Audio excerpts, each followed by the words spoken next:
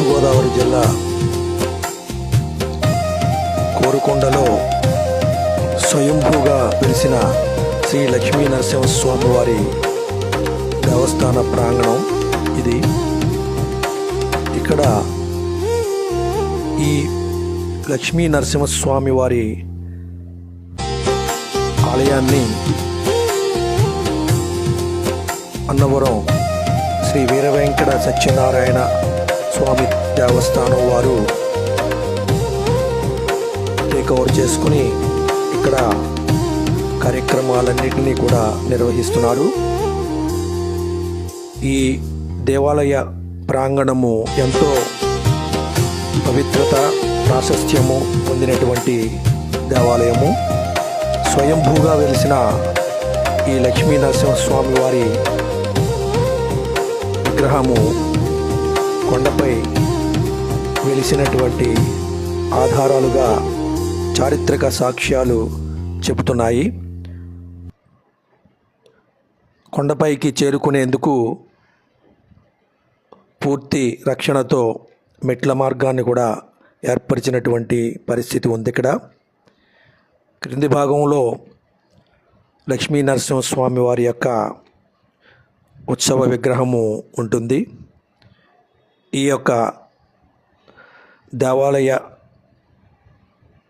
ప్రాంగణము యావత్తు కూడా పరిశుభ్రంగా, అలాగే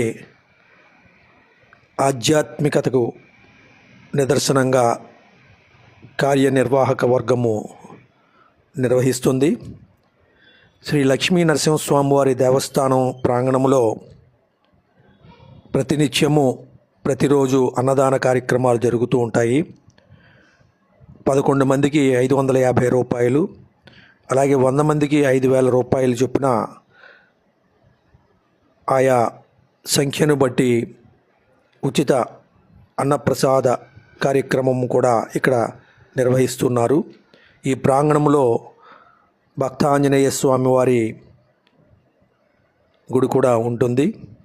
ఇది మెట్ల మార్గంలో ప్రయాణానికి పైకి వెళ్ళేటువంటి సందర్భంలో అక్కడ ఆంజనేయ స్వామి వారిని దర్శించుకొని ప్రయాణము అంటే పైకి వెళ్ళేటందుకు ఏర్పాట్లు కూడా ఉన్నాయి. ఈ మధ్యకాలంలో ఇక్కడ ఎక్కువగా కోతుల బెడద ఉండటం వల్ల ఈ యొక్క మెట్ల మార్గము ద్వారా వెళ్ళేటువంటి భక్తులు తగు జాగ్రత్త వహించాల్సినటువంటి పరిస్థితి. ఇది దేవాదాయ ధర్మాదాయ శాఖ ఆధ్వర్యంలో నిర్వహించబడుతున్నటువంటి దేవాలయము.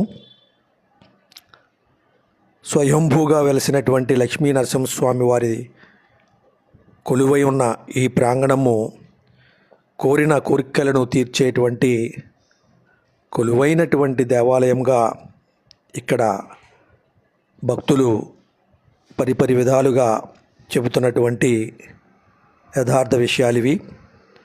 అలాగే దేవాలయ ప్రాంగణానికి ముందుగా నిలువెత్తు శ్రీ శ్రీ శ్రీ ఆంజనేయ స్వామి వారి విగ్రహం కూడా ఉంటుంది. ఇక్కడ నలువైపులా 3 మార్గాలలో కూడా ఈ కోరుకొండ ప్రధాన బస్ స్టేషన్ నుండి రావడానికి రహదారి మార్గాలు కూడా ఉన్నాయి.